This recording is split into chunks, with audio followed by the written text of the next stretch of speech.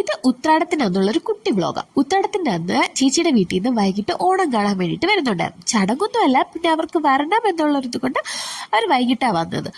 അപ്പോൾ അവർക്ക് എന്ത് കൊടുക്കും എന്നുള്ള ചിന്തയിൽ നിന്നും ഞങ്ങൾ എന്തായാലും ഓണത്തിന് സദ്യ വെക്കുന്നുണ്ടല്ലോ, എന്നാൽ പിന്നെ നോൺ വെജ് ആയിക്കോട്ടെ എന്ന് കരുതി ഞങ്ങൾ ചിക്കൻ ബിരിയാണിയാണ് ഉണ്ടാക്കിയത്. ഇത് കാണുന്ന ചിലർക്കെങ്കിലും തോന്നും കേട്ടോ, ഇതെങ്ങനെയാ ഉത്രാടത്തിന് ചിക്കനൊക്കെ കഴിക്കുന്നതെന്ന്. നമുക്ക് ഒക്കേഷൻ അനുസരിച്ച് മൂഡ് മാറ്റാൻ പറ്റും. നമ്മൾ എല്ലാ ഫുഡും എല്ലാ ദിവസവും കഴിക്കും അല്ലേ, അത്രേ ഉള്ളൂ. പിന്നെ ചിക്കൻ ഫ്രൈ ഉണ്ടായിരുന്നു, സാലഡ് ഉണ്ടായിരുന്നു, അച്ചാറുണ്ടായിരുന്നു, പാലട ഉണ്ടായിരുന്നു. അച്ചാർ ഞാൻ മറന്നുപോയിട്ട് എടുക്കാൻ. ഇത് ഞാൻ ഉണ്ടാക്കിയ പാലട കേട്ടോ. ഞാനൊരു പാലട സ്പെഷ്യലിസ്റ്റാണ് ഗായ്സ്, അത് ഞാൻ അഭിമാനത്തോടു കൂടി പറയും.